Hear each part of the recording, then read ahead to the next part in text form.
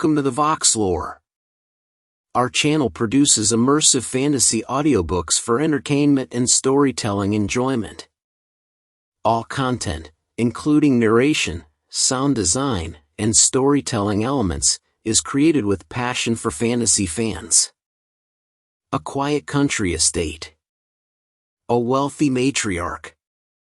A sudden death that stirs whispers of poison and murder. Welcome to Styles Court, the heart of Agatha Christie's first published novel and the birthplace of one of the most iconic detectives in literary history, Hercule Poirot. In the mysterious affair at Styles, nothing is as it seems. Beneath the polished manners and peaceful English countryside lies a web of jealousy, betrayal, and deception. When Emily Inglethorpe, the mistress of Styles Court, dies under strange circumstances, suspicion falls on everyone in the household, each with their secrets, motives, and alibis. Enter Poirot, a retired Belgian detective with a sharp mind, meticulous methods, and a mustache as precise as his logic. This is not just a murder mystery, it's a masterclass in misdirection, a puzzle box where every clue matters, and every assumption is a trap. Agatha Christie's debut novel introduced a genre-defining style of detective fiction that would captivate readers for generations. Prepare yourself for twists, red herrings, and the incomparable brilliance of Hercule Poirot as he solves the mysterious affair at Styles. Chapter 1. I Go to Styles. The intense interest aroused in the public by what was known at the time as the Styles case has now somewhat subsided. Nevertheless, in view of the worldwide notoriety which attended it, I have been asked, both by my friend Poirot and the family themselves, to write an account of the whole story. This, we trust, will effectually silence the sensational rumors which still persist. I will therefore briefly set down the circumstances which led to my being connected with the affair. I had been invalid home from the front, and, after spending some months in a rather depressing convalescent home, was given a month's sick leave. Having no near relations or friends, I was trying to make up my mind what to do, when I ran across John Cavendish. I had seen very little of him for some years. Indeed, I had never known him particularly well. He was a good 15 years my senior, for one thing, though he hardly looked his 45 years. As a boy, though, I had often stayed at Styles, his mother's place in Essex. We had a good yarn about old times, and it ended in his inviting me down to Styles to spend my leave there. The mater will be delighted to see you again, after all those years, he added. Your mother keeps well? I asked. Oh, yes. I suppose you know that she is married again? I am afraid I showed my surprise rather plainly. Mrs. Cavendish, who had married John's father when he was a widower with 2 sons, had been a handsome woman of middle age as I remembered her. She certainly could not be a day less than 70 now. I recalled her as an energetic, autocratic personality, somewhat inclined to charitable and social notoriety, with a fondness for opening bazaars and playing the Lady Bountiful. She was a most generous woman, and possessed a considerable fortune of her own. Their country place, Styles Court, had been purchased by Mr. Cavendish early in their married life. He had been completely under his wife's ascendancy, so much so that, on dying, he left the place to her for her lifetime, as well as the larger part of his income, an arrangement that was distinctly unfair to his 2 sons.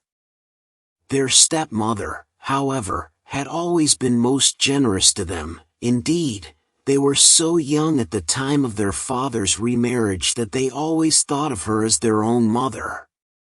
Lawrence, the younger, had been a delicate youth. He had qualified as a doctor but early relinquished the profession of medicine, and lived at home while pursuing literary ambitions, though his verses never had any marked success. John practiced for some time as a barrister, but had finally settled down to the more congenial life of a country squire. He had married 2 years ago, and had taken his wife to live at Styles, though I entertained a shrewd suspicion that he would have preferred his mother to increase his allowance, which would have enabled him to have a home of his own.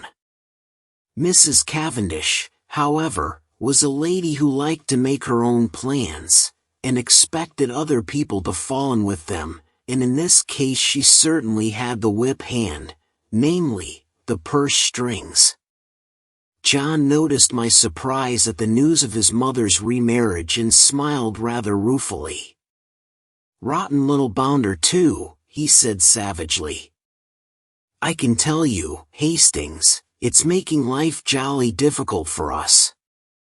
As for Evie, you remember Evie?" "No." "Oh, I suppose she was after your time. She's the mater's factotum, companion, jack of all trades.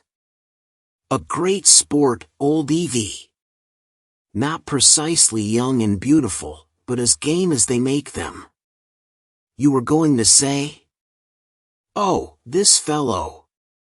He turned up from nowhere, on the pretext of being a second cousin or something of Evie's, though she didn't seem particularly keen to acknowledge the relationship.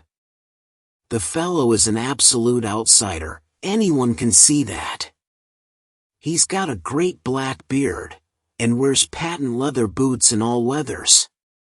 But the mater catoned to him at once, took him on as secretary. You know how she's always running 100 societies?" I nodded. "Well, of course the war has turned the hundreds into thousands. No doubt the fellow was very useful to her. But you could have knocked us all down with a feather when, 3 months ago, she suddenly announced that she and Alfred were engaged. The fellow must be at least 20 years younger than she is. It's simply barefaced fortune hunting, but there you are, she is her own mistress, and she's married him. It must be a difficult situation for you all." "Difficult? It's damnable."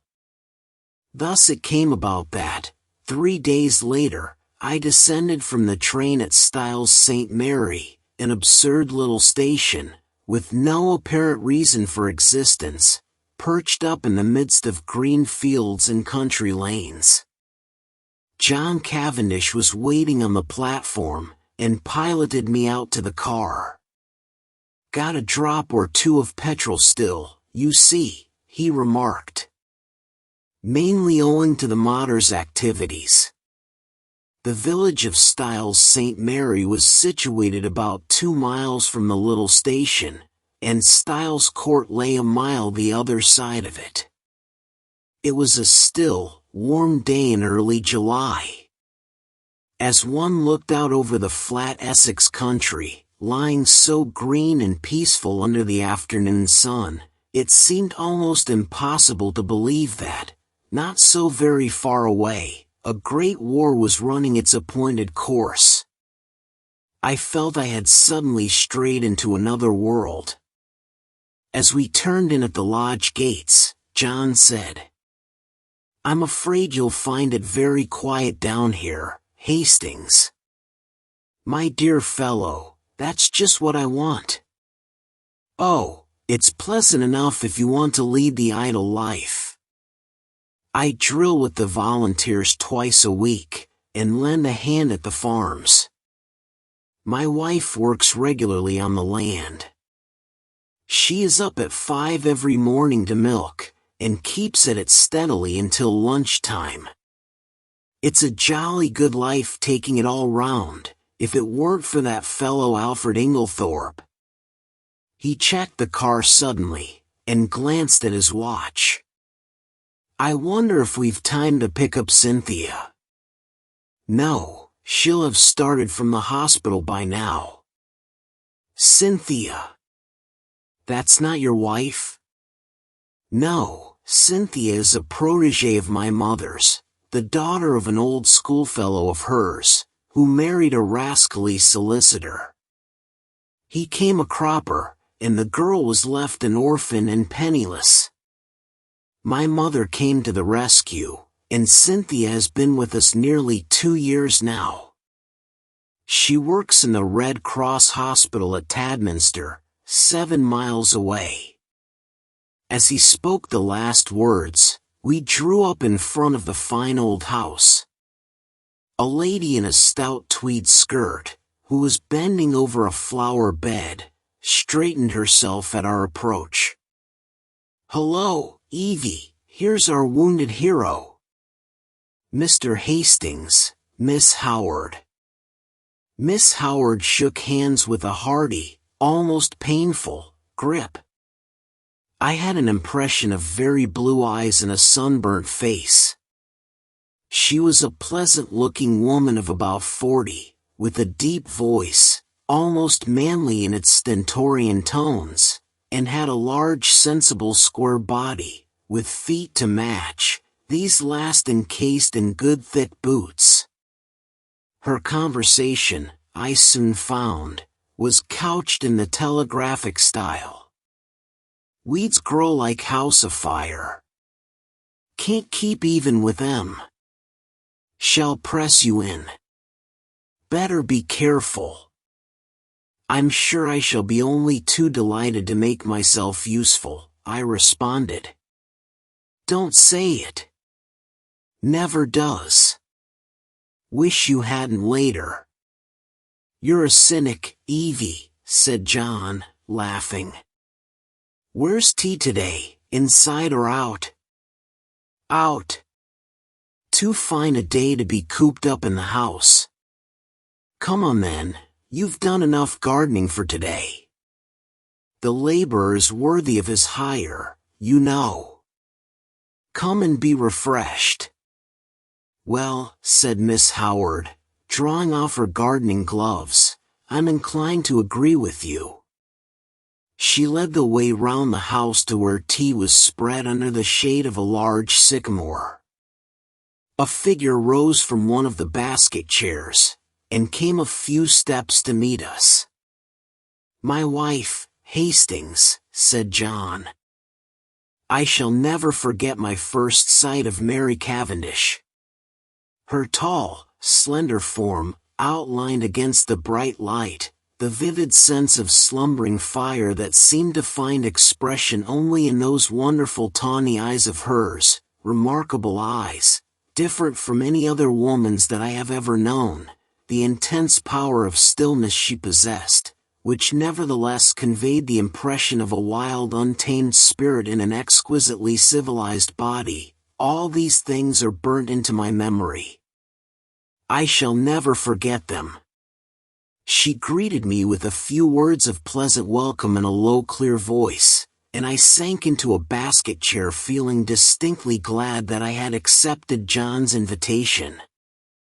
Mrs. Cavendish gave me some tea, and her few quiet remarks heightened my first impression of her as a thoroughly fascinating woman. An appreciative listener is always stimulating, and I described, in a humorous manner, certain incidents of my convalescent home, in a way which, I flatter myself, greatly amused my hostess. John, of course, good fellow though he is, could hardly be called a brilliant conversationalist. At that moment a well-remembered voice floated through the open French window near at hand. "Then you'll write to the princess after tea, Alfred?" "I'll write to Lady Tadminster for the second day, myself." "Or shall we wait until we hear from the princess?" In case of a refusal, Lady Tadminster might open it the first day, and Mrs. Crosby the second. Then there's the Duchess, about the school fete. There was the murmur of a man's voice, and then Mrs. Inglethorpe's rose in reply. "Yes, certainly." After tea will do quite well.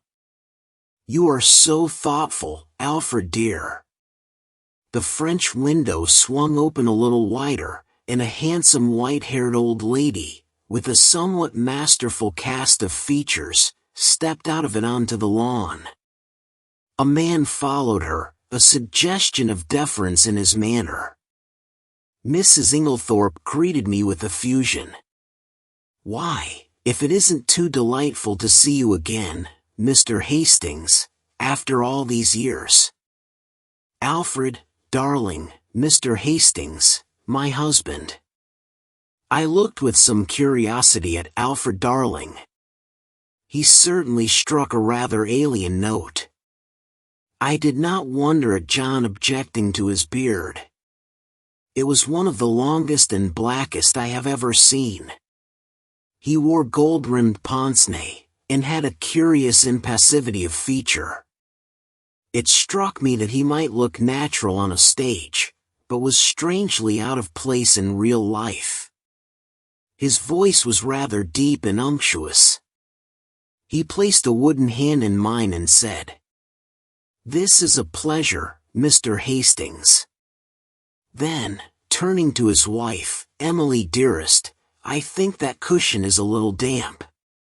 She beamed fondly on him, as he substituted another with every demonstration of the tenderest care. Strange infatuation of an otherwise sensible woman. With the presence of Mr. Inglethorpe, a sense of constraint and veiled hostility seemed to settle down upon the company. Miss Howard, in particular, took no pains to conceal her feelings. Mrs. Inglethorpe, however, seemed to notice nothing unusual. Her volubility, which I remembered of old, had lost nothing in the intervening years, and she poured out a steady flood of conversation, mainly on the subject of the forthcoming bazaar which she was organizing and which was to take place shortly. Occasionally she referred to her husband over a question of days or dates. His watchful and attentive manner never varied. From the very first I took a firm and rooted dislike to him, and I flatter myself that my first judgments are usually fairly shrewd. Presently Mrs. Inglethorpe turned to give some instructions about letters to Evelyn Howard, and her husband addressed me in his painstaking voice. "Is soldiering your regular profession, Mr. Hastings?" "No, before the war I was in Lloyd's." "And you will return there after it is over?" "Perhaps. Either that or a fresh start altogether." Mary Cavendish leant forward. "What would you really choose as a profession, if you could just consult your inclination?" "Well, that depends." "No secret hobby?" she asked. "Tell me, you're drawn to something?" "Everyone is, usually something absurd." "You'll laugh at me." She smiled. "Perhaps. Well, I've always had a secret hankering to be a detective." "The real thing, Scotland Yard? Or Sherlock Holmes?" "Oh, Sherlock Holmes by all means. But really, seriously, I am awfully drawn to it. I came across a man in Belgium once, a very famous detective, and he quite inflamed me. He was a marvelous little fellow. He used to say that all good detective work was a mere matter of method. My system is based on his, though of course I have progressed rather further. He was a funny little man, a great dandy, but wonderfully clever. Like a good detective story myself, remarked Miss Howard. Lots of nonsense written, though. Criminal discovered in last chapter. Everyone dumbfounded. Real crime, you'd know at once. There have been a great number of undiscovered crimes, I argued. Don't mean the police, but the people that are right in it. The family. You couldn't really hoodwink them. They'd know. Then, I said, much amused, you think that if you were mixed up in a crime, say a murder, you'd be able to spot the murderer right off? Of course I should. Mightn't be able to prove it to a pack of lawyers. But I'm certain I'd know. I'd feel it in my fingertips if he came near me. It might be a she, I suggested. Might. But murder's a violent crime. Associate it more with a man. Not in a case of poisoning. Mrs. Cavendish's clear voice startled me. Dr. Bauerstein was saying yesterday that, owing to the general ignorance of the more uncommon poisons among the medical profession, there were probably countless cases of poisoning quite unsuspected. Why, Mary, what a gruesome conversation, cried Mrs. Inglethorpe. It makes me feel as if a goose were walking over my grave. Oh, there's Cynthia. A young girl in VAD uniform ran lightly across the lawn. Why, Cynthia, you are late today. This is Mr. Hastings, Miss Murdoch. Cynthia Murdoch was a fresh-looking young creature, full of life and vigor. She tossed off her little VAD cap, and I admired the great loose waves of her auburn hair, and the smallness and whiteness of the hand she held out to claim her tea. With dark eyes and eyelashes she would have been a beauty. She flung herself down on the ground beside John, and as I handed her a plate of sandwiches she smiled up at me. Sit down here on the grass, do. It's ever so much nicer.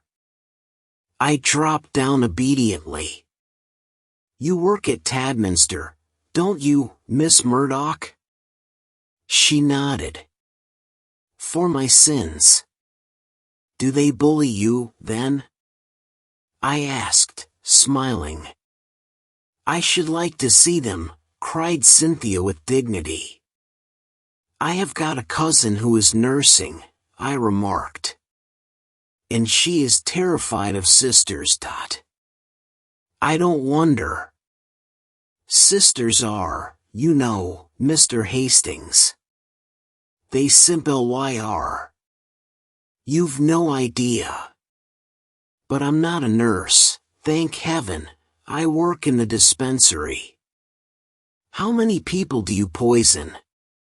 I asked, smiling. Cynthia smiled too. Oh, hundreds, she said. Cynthia, called Mrs. Inglethorpe, do you think you could write a few notes for me? Certainly, Aunt Emily. She jumped up promptly, and something in her manner reminded me that her position was a dependent one, and that Mrs. Inglethorpe, kind as she might be in the main, did not allow her to forget it. My hostess turned to me. John will show you your room. Supper is at 7:30.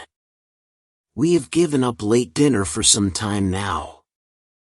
Lady Tadminster, our member's wife, she was the late Lord Abbotsbury's daughter, does the same. She agrees with me that one must set an example of economy. We are quite a war household, nothing is wasted here, every scrap of waste paper, even, is saved and sent away in sacks. I expressed my appreciation, and John took me into the house and up the broad staircase, which forked right and left halfway to different wings of the building. My room was in the left wing, and looked out over the park. John left me, and a few minutes later I saw him from my window walking slowly across the grass arm in arm with Cynthia Murdoch. I heard Mrs. Inglethorpe call Cynthia impatiently, and the girl started and ran back to the house. At the same moment, a man stepped out from the shadow of a tree and walked slowly slowly in the same direction. He looked about 40, very dark with a melancholy clean-shaven face. Some violent emotions seemed to be mastering him. He looked up at my window as he passed, and I recognized him, though he had changed much in the 15 years that had elapsed since we last met. It was John's younger brother, Lawrence Cavendish. I wondered what it was that had brought that singular expression to his face. Then I dismissed him from my mind, and returned to the contemplation of my own affairs. The evening passed pleasantly enough, and I dreamed that night of that enigmatical woman, Mary Cavendish. The next morning dawned bright and sunny, and I was full of the anticipation of a delightful visit. I did not see Mrs. Cavendish until lunchtime, when she volunteered to take me for a walk, and we spent a charming afternoon roaming in the woods, returning to the house about 5. As we entered the large hall, John beckoned us both into the smoking room. I saw at once by his face that something disturbing had occurred. We followed him in, and he shut the door after us. "Look here, Mary, there's the deuce of a mess. Evie's had a row with Alfred Inglethorpe, and she's off." "Evie? Off?" John nodded gloomily. "Yes, you see she went to the mater, and oh, here's Evie herself." Miss Howard entered. Her lips were set grimly together, and she carried a small suitcase. She looked excited and determined, and slightly on the defensive. "At any rate," she burst out, "I've spoken my mind." "My dear Evelyn," cried Mrs. Cavendish, "this can't be true." Miss Howard nodded grimly. "True enough. Afraid I said some things to Emily she won't forget or forgive in a hurry. Don't mind if they've only sunken a bit. Probably water off a duck's back, though. I said right out, 'You're an old woman, Emily, and there's no fool like an old fool. The man's 20 years younger than you, and don't you fool yourself as to what he married you for. Money. Well, don't let him have too much of it. Farmer Rakes has got a very pretty young wife. Just ask your Alfred how much time he spends over there." She was very angry. "Natural." I went on, "I'm going to warn you, whether you like it or not. That man would as soon murder you in your bed as look at you. He's a bad lot. You can say what you like to me, but remember what I've told you. He's a bad lot." "What did she say?" Miss Howard made an extremely expressive grimace. "Darling Alfred, dearest Alfred, wicked calumnies, wicked lies, wicked woman, to accuse her dear husband. The sooner I left her house the better. So I'm off. But not now? This minute." For a moment we sat and stared at her. Finally John Cavendish, finding his persuasions of no avail, went off to look up the trains. His wife followed him, murmuring something about persuading Mrs. Inglethorpe to think better of it. As she left the room, Miss Howard's face changed. She leant towards me eagerly. "Mr. Hastings, you're honest. I can trust you." I was a little startled. She laid her hand on my arm, and sank her voice to a whisper. "Look after her, Mr. Hastings. My poor Emily. They're a lot of sharks, all of them. Oh, I know what I'm talking about. There isn't one of them that's not hard up in trying to get money out of her. I've protected her as much as I could. Now I'm out of the way, they'll impose upon her. Of course, Miss Howard, I said, I'll do everything I can, but I'm sure you're excited and overwrought. She interrupted me by slowly shaking her forefinger. Young man, trust me. I've lived in the world rather longer than you have. All I ask you is to keep your eyes open. You'll see what I mean. The throb of the motor came through the open window, and Miss Howard rose and moved to the door. John's voice sounded outside. With her hand on the handle, she turned her head over her shoulder and beckoned to me. Above all, Mr. Hastings, watch that devil, her husband. There was no time for more. Miss Howard was swallowed up in an eager chorus of protests and goodbyes. The Inglethorpes did not appear. As the motor drove away, Mrs. Cavendish suddenly detached herself from the group and moved across the drive to the lawn to meet a tall bearded man who had been evidently making for the house. The color rose in her cheeks as she held out her hand to him. Who is that? I asked sharply, for instinctively I distrusted the man. That's Dr. Bauerstein, said John shortly. And who is Dr. Bauerstein? He's staying in the village doing a rest cure, after a bad nervous breakdown. He's a London specialist, a very clever man, one of the greatest living experts on poisons, I believe. And he's a great friend of Mary's, put in Cynthia, the irrepressible. John Cavendish frowned and changed the subject. Come for a stroll, Hastings. This has been a most rotten business. She always had a rough tongue, but there is no stauncher friend in England than Evelyn Howard. He took the path through the plantation, and we walked down to the village through the woods which bordered one side of the estate. As we passed through one of the gates on our way home again, a pretty young woman of gypsy type coming in the opposite direction bowed and smiled. That's a pretty girl, I remarked appreciatively. John's face hardened. That is Mrs. Raikes. The one that Miss Howard. Exactly, said John, with rather unnecessary abruptness. I thought of the white-haired old lady in the big house, and that vivid wicked little face that had just smiled into ours, and a vague chill of foreboding crept over me. I brushed it aside. Styles is really a glorious old place, I said to John. He nodded rather gloomily. Yes, it's a fine property.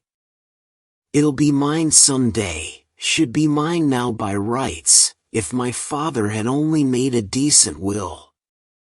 And then I shouldn't be so damned hard up as I am now. Hard up, are you?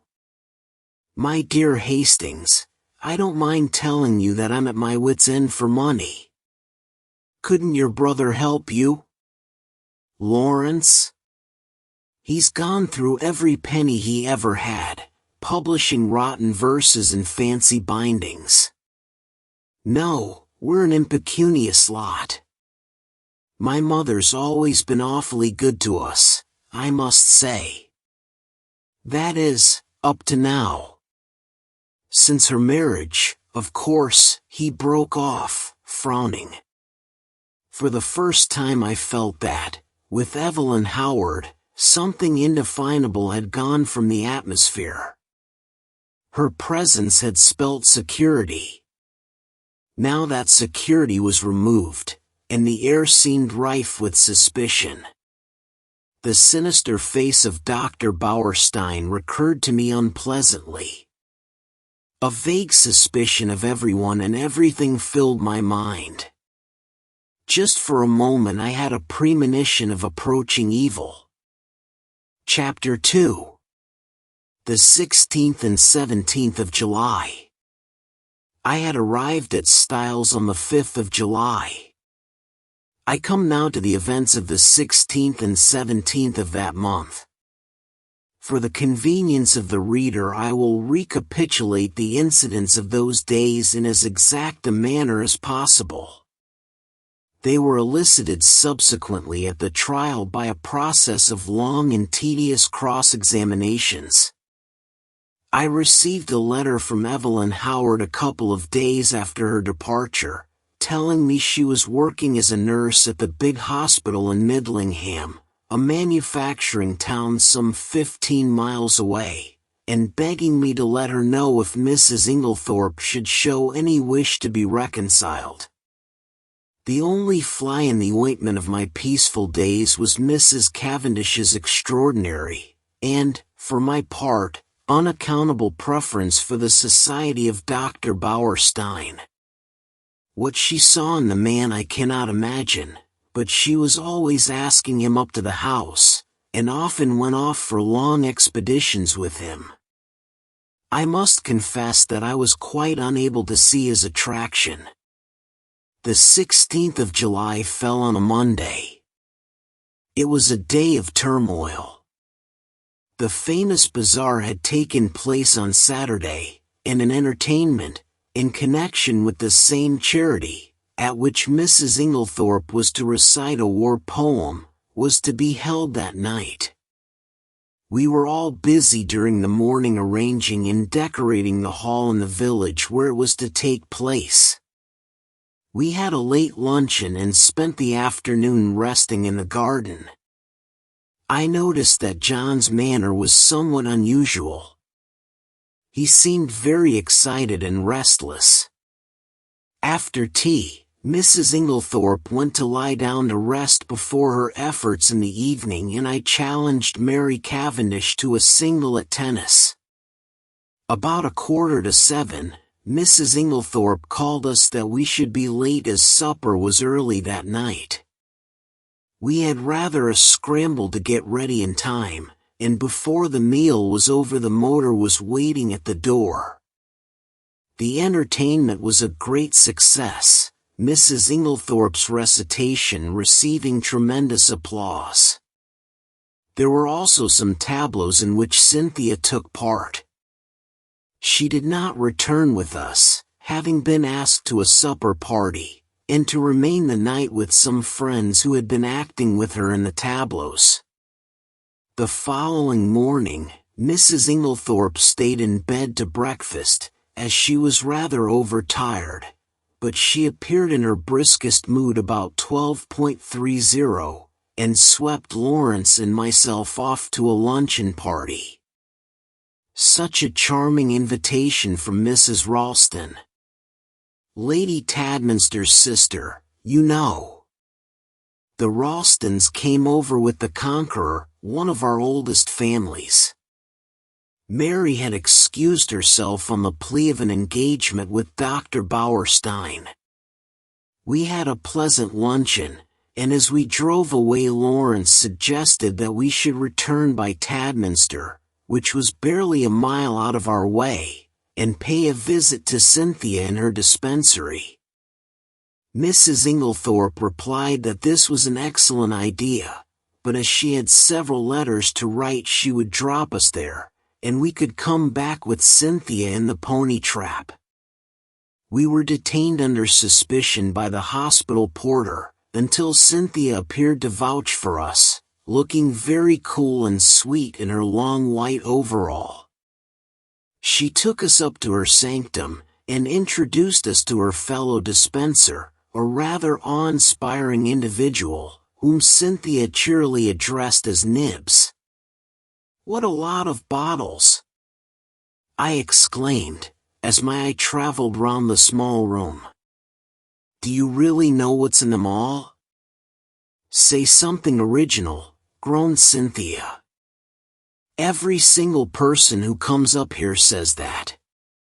We are really thinking of bestowing a prize on the first individual who does not say, "What a lot of bottles." And I know the next thing you're going to say is, "How many people have you poisoned?" I pleaded guilty with a laugh. If you people only knew how fatally easy it is to poison someone by mistake, you wouldn't joke about it. Come on, let's have tea. We've got all sorts of secret stores in that cupboard. No, Lawrence, that's the poison cupboard. The big cupboard, that's right. We had a very cheery tea, and assisted Cynthia to wash up afterwards. We had just put away the last teaspoon when a knock came at the door. The countenances of Cynthia and Nibs were suddenly petrified into a stern and forbidding expression. "Come in," said Cynthia, in a sharp professional tone. A young and rather scared-looking nurse appeared with a bottle which she proffered to Nibs, who waved her towards Cynthia with the somewhat enigmatical remark, "I'm not really here today." Cynthia took the bottle and examined it with the severity of a judge. "This should have been sent up this morning. Sister is very sorry. She forgot. Sister should read the rules outside the door." I gathered from the little nurse's expression that there was not the least likelihood of her having the hardihood to retail this message to the dreaded sister. "So now it can't be done until tomorrow," finished Cynthia. "Don't you think you could possibly let us have it tonight?" "Well," said Cynthia graciously, "we are very busy, but if we have time it shall be done." The little nurse withdrew, and Cynthia promptly took a jar from the shelf, refilled the bottle, and placed it on the table outside the door. I laughed. "Discipline must be maintained?" "Exactly. Come out on our little balcony. You can see all the outside wards there." I followed Cynthia and her friend and they pointed out the different wards to me. Lawrence remained behind, but after a few moments Cynthia called to him over her shoulder to come and join us. Then she looked at her watch. "Nothing more to do, Nibs?" "No." "All right. Then we can lock up and go." I had seen Lawrence in quite a different light that afternoon. Compared to John, he was an astoundingly difficult person to get to know. He was the opposite of his brother in almost every respect, being unusually shy and reserved. Yet he had a certain charm of manner, and I fancied that, if one really knew him well, one could have a deep affection for him. I had always fancied that his manner to Cynthia was rather constrained, and that she on her side was inclined to be shy of him. But they were both gay enough this afternoon, and chatted together like a couple of children. As we drove through the village, I remembered that I wanted some stamps, so accordingly we pulled up at the post office. As I came out again, I cannonied into a little man who was just entering. I drew aside and apologized, when suddenly, with a loud exclamation, he clasped me in his arms and kissed me warmly. "Mon ami Hastings," he cried. "It is indeed mon ami Hastings." "Poirot!" I exclaimed. I turned to the pony trap. "This is a very pleasant meeting for me, Miss Cynthia. This is my old friend, Monsieur Poirot, whom I have not seen for years." "Oh, we know Monsieur Poirot," said Cynthia gaily. "But I had no idea he was a friend of yours." "Yes, indeed," said Poirot seriously. "I know Mademoiselle Cynthia. It is by the charity of that good Mrs. Inglethorpe that I am here." Then, as I looked at him inquiringly, yes, my friend, she had kindly extended hospitality to 7 of my country people who, alas, are refugees from their native land. We Belgians will always remember her with gratitude. Poirot was an extraordinary-looking little man. He was hardly more than 5 feet, 4 inches, but carried himself with great dignity. His head was exactly the shape of an egg, and he always perched it a little on one side. His mustache was very stiff and military. The neatness of his attire was almost incredible. I believe a speck of dust would have caused him more pain than a bullet wound. Yet this quaint dandified little man who, I was sorry to see, now limped badly, had been in his time one of the most celebrated members of the Belgian police. As a detective, his flair had been extraordinary, and he had achieved triumphs by unraveling some of the most baffling cases of the day. He pointed out to me the little house inhabited by him and his fellow Belgians, and I promised to go and see him at an early date. Then he raised his hat with a flourish to Cynthia, and we drove away. "He's a dear little man," said Cynthia. "I'd no idea you knew him." "You've been entertaining a celebrity unawares," I replied. And, for the rest of the way home, I recited to them the various exploits and triumphs of Hercule Poirot. We arrived back in a very cheerful mood. As we entered the hall, Mrs. Inglethorpe came out of her boudoir. She looked flushed and upset. "Oh, it's you," she said. "Is there anything the matter, Aunt Emily?" asked Cynthia. "Certainly not," said Mrs. Inglethorpe sharply. "What should there be?" Then catching sight of Dorcas, the parlour-maid, going into the dining room, she called to her to bring some stamps into the boudoir. "Yes, The old servant hesitated, then added diffidently, "Don't you think, you'd better get to bed? You're looking very tired." "Perhaps you're right, Dorcas. Yes, no, not now. I've some letters I must finish by post time. Have you lighted the fire in my room as I told you?"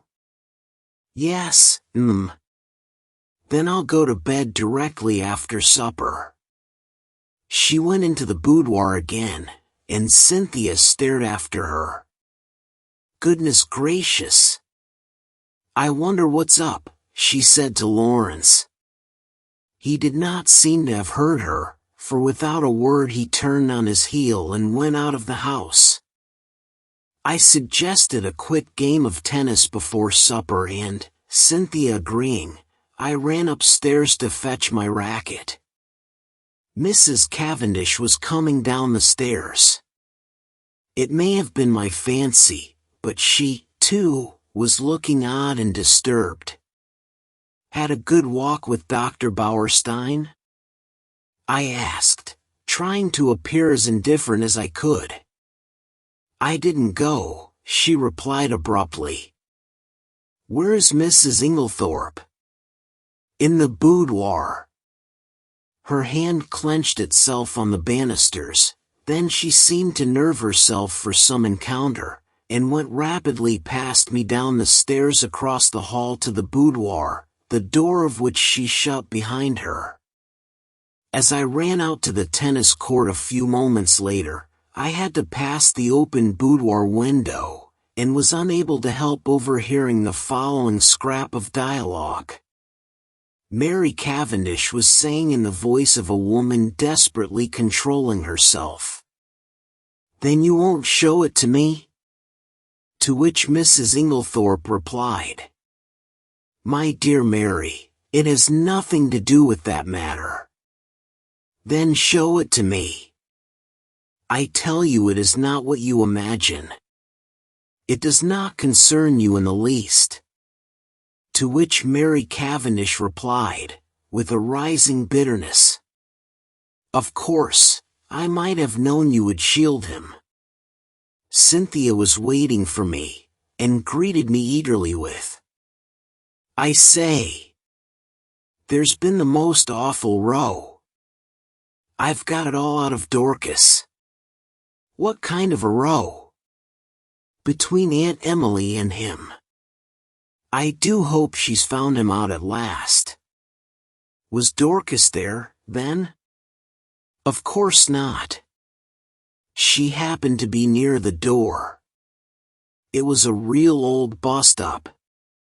I do wish I knew what it was all about."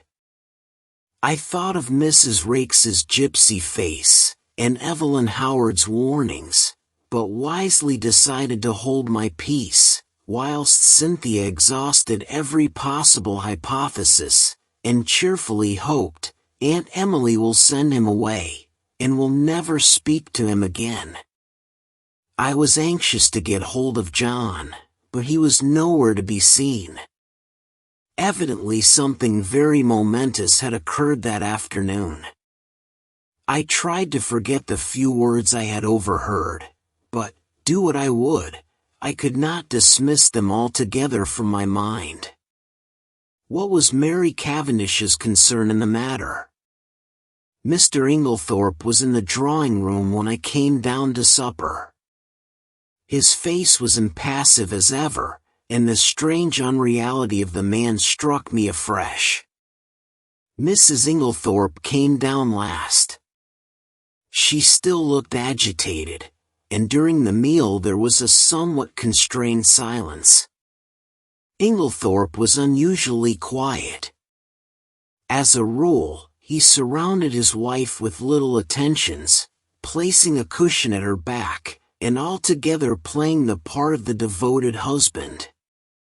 Immediately after supper, Mrs. Inglethorpe retired to her boudoir again.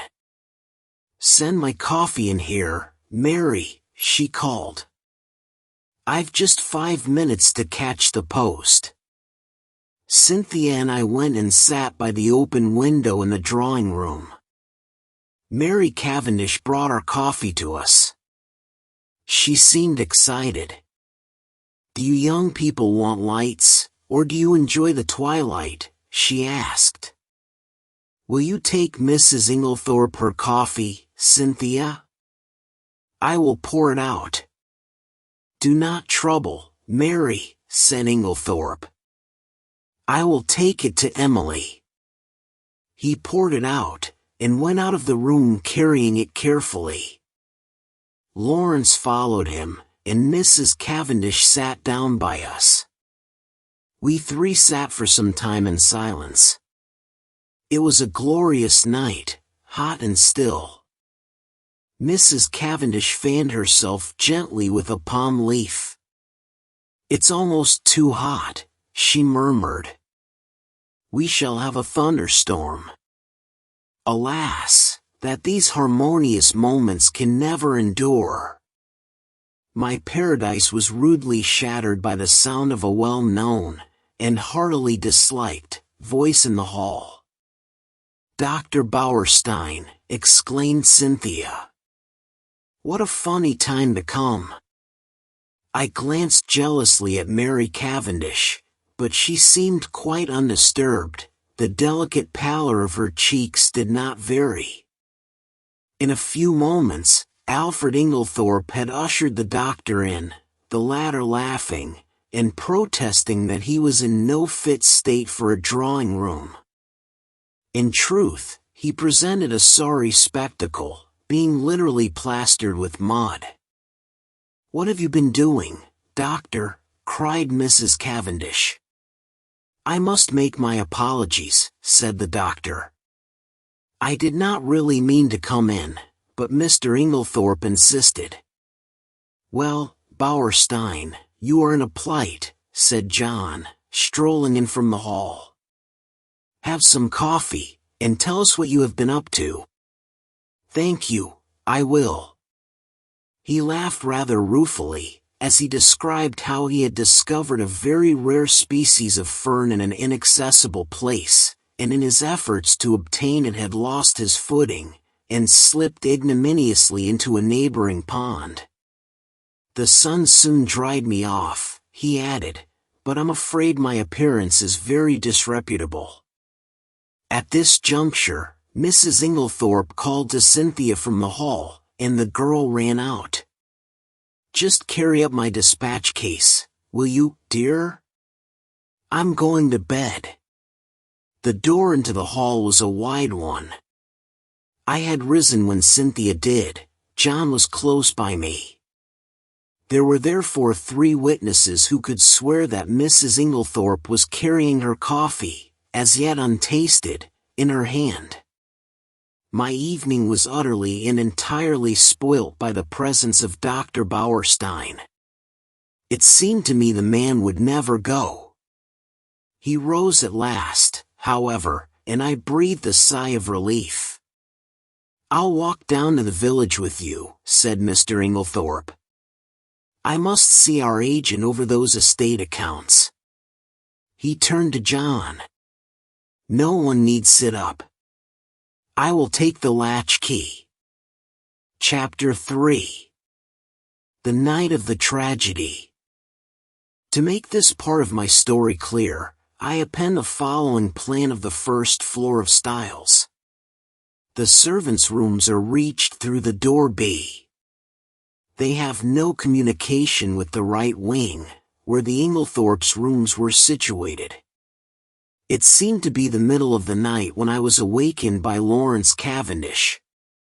He had a candle in his hand, and the agitation of his face told me at once that something was seriously wrong. "What's the matter?" I asked, sitting up in bed, and trying to collect my scattered thoughts. "We are afraid my mother is very ill. She seems to be having some kind of fit. Unfortunately, she has locked herself in. I'll come at once."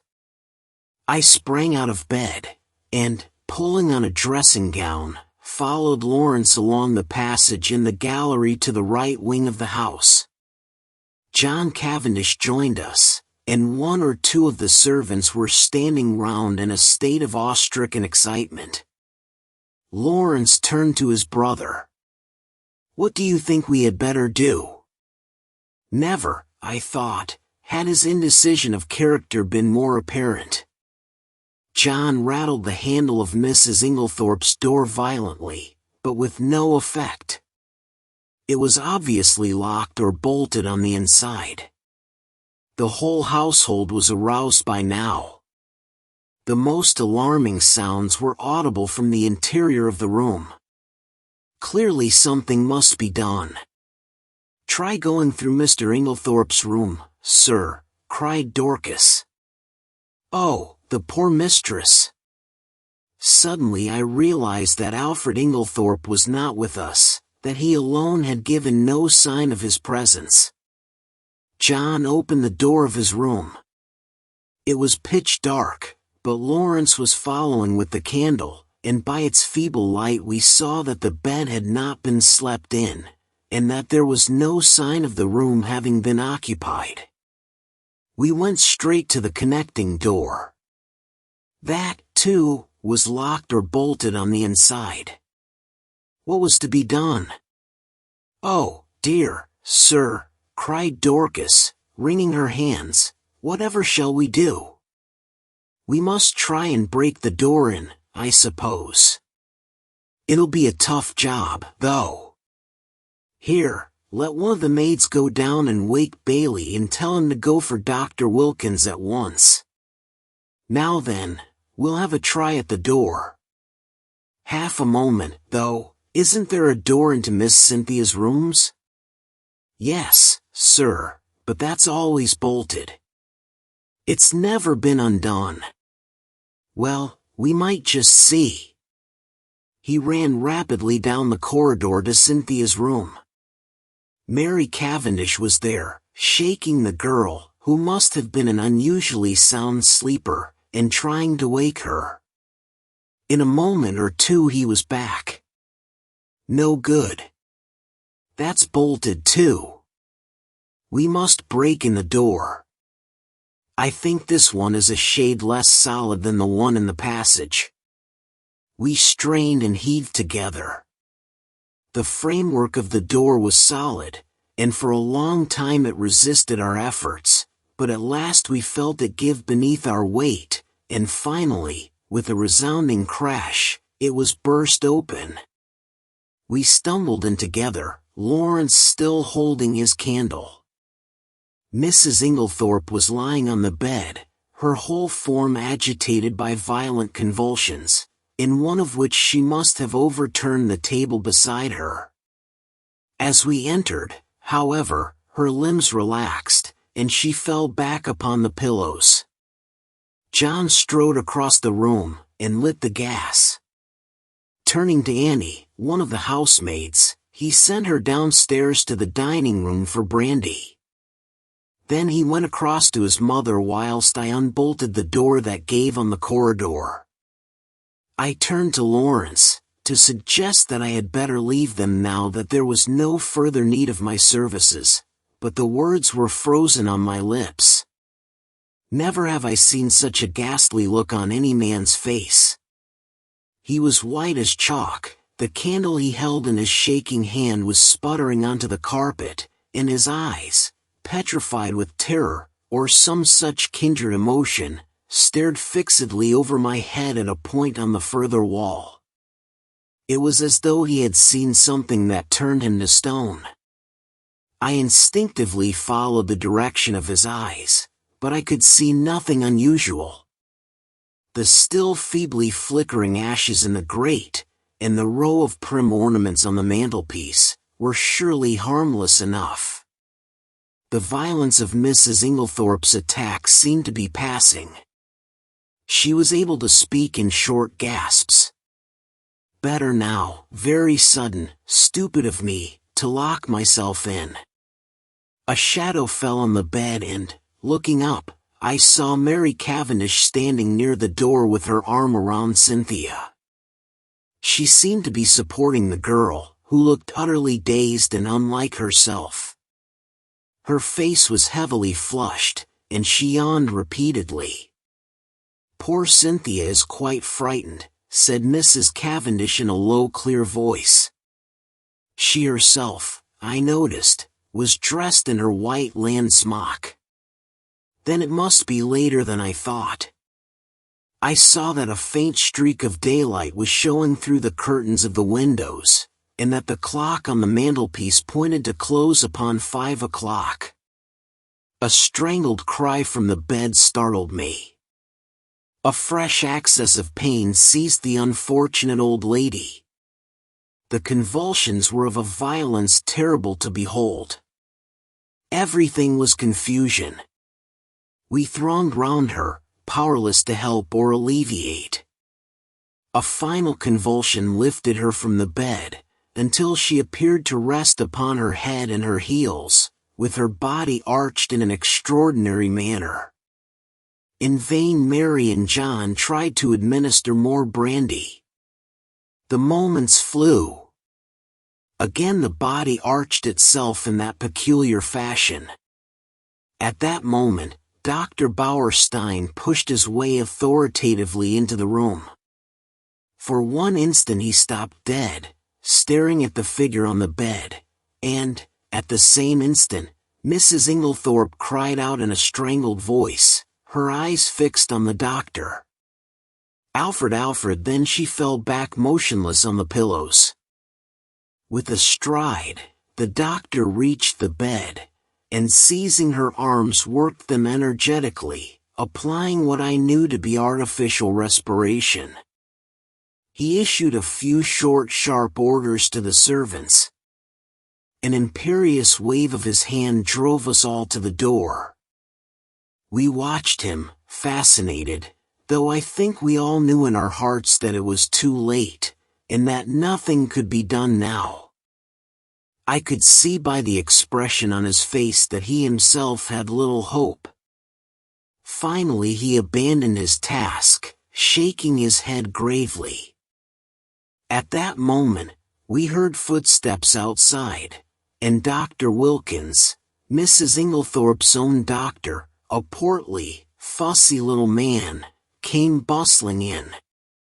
In a few words Dr. Bauerstein explained how he had happened to be passing the lodge gates as the car came out, and had run up to the house as fast as he could, whilst the car went on to fetch Dr. Wilkins.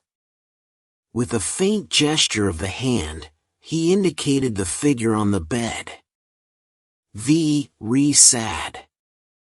Very sad, murmured Dr. Wilkins. Poor dear lady. Always did far too much, against my advice. I warned her. Her heart was far from strong.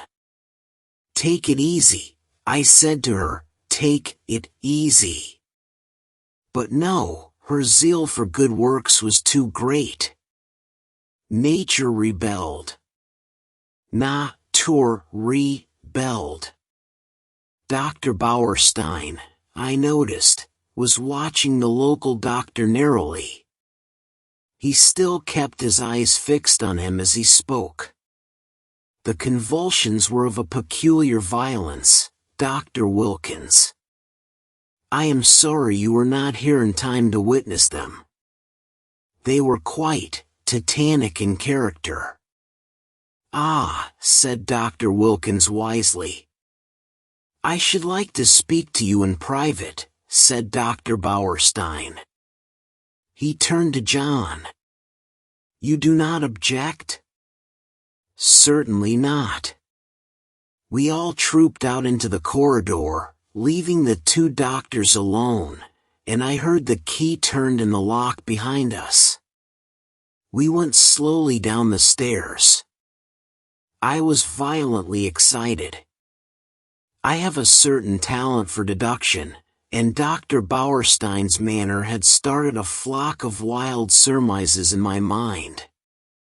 Mary Cavendish laid her hand upon my arm. What is it? Why did Dr. Bauerstein seem so peculiar? I looked at her. Do you know what I think? What? Listen. I looked round. The others were out of earshot. I lowered my voice to a whisper. I believe she has been poisoned. I'm certain Dr. Bauerstein suspects it. What? She shrank against the wall, the pupils of her eyes dilating wildly.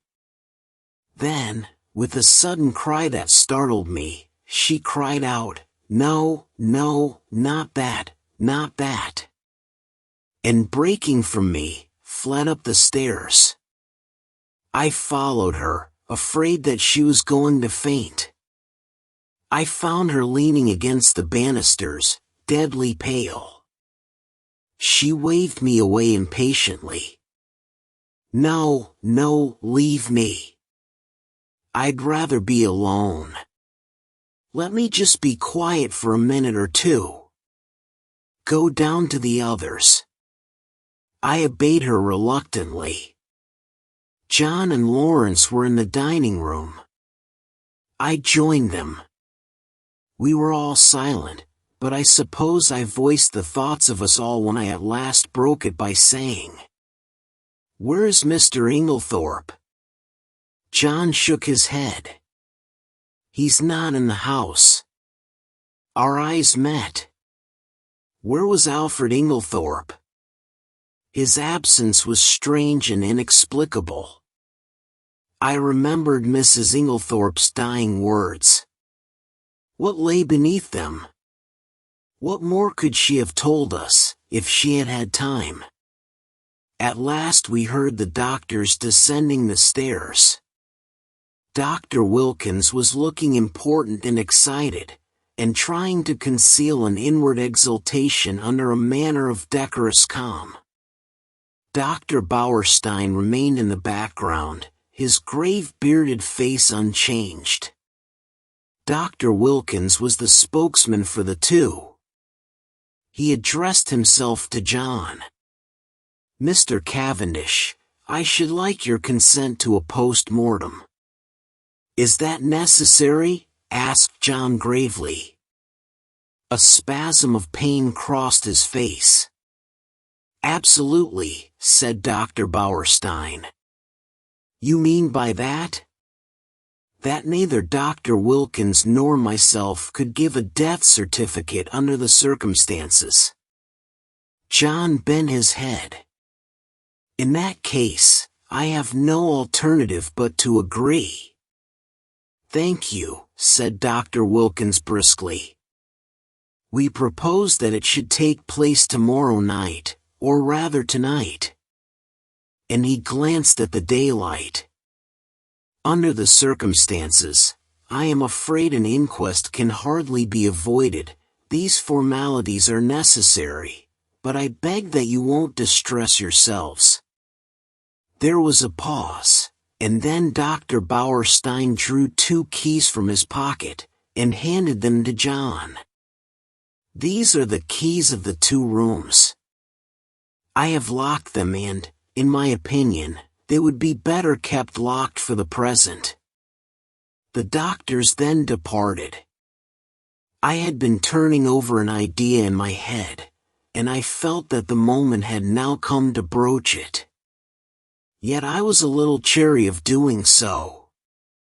John, I knew, had a horror of any kind of publicity, and was an easy-going optimist, who preferred never to meet trouble halfway.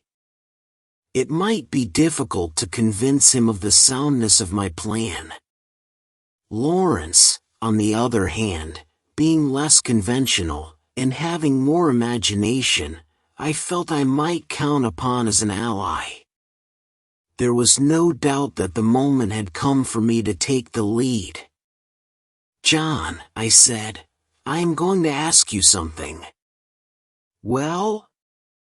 "You remember my speaking of my friend Poirot? The Belgian who is here. He has been a most famous detective." "Yes." "I want you to let me call him in, to investigate this matter." "What, now? Before the post-mortem?" "Yes, time is an advantage if there has been foul play." "Rubbish," cried Lawrence angrily. "In my opinion the whole thing is a mare's nest of Bauerstein's. Wilkins hadn't an idea of such a thing, until Bauerstein put it into his head. But, like all specialists, Bauerstein's got a bee in his bonnet. Poisons are his hobby, so of course he sees them everywhere." I confess that I was surprised by Lawrence's attitude. He was so seldom vehement about anything. John hesitated. "I can't feel as you do, Lawrence," he said at last. "I'm inclined to give Hastings a free hand, though I should prefer to wait a bit. We don't want any unnecessary scandal." "No, no," I cried eagerly, "you need have no fear of that. Poirot is discretion itself." "Very well, then, have it your own way. I leave it in your hands.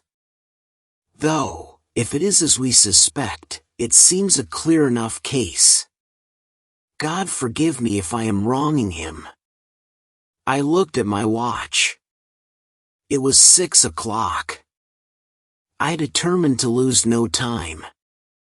5 minutes delay, however, I allowed myself. I spent it in ransacking the library until I discovered a medical book which gave a description of strychnine poisoning. Thank you for listening to Part 1. We've just begun our journey into the brilliant mind of Hercule Poirot, where no clue is too small, and no mystery too clever to escape his famous little gray cells. If you enjoyed these first short cases of crime and cunning, don't forget to thumbs up like the video/audio. Repeat button, share it with fellow mystery lovers. White heavy checkmark, subscribe to follow the complete collection. Bell, turn on notifications so you're the first to hear part 2. Stay sharp, because part 2 is on the way, with even more baffling cases and Poirot's unmatched powers of deduction.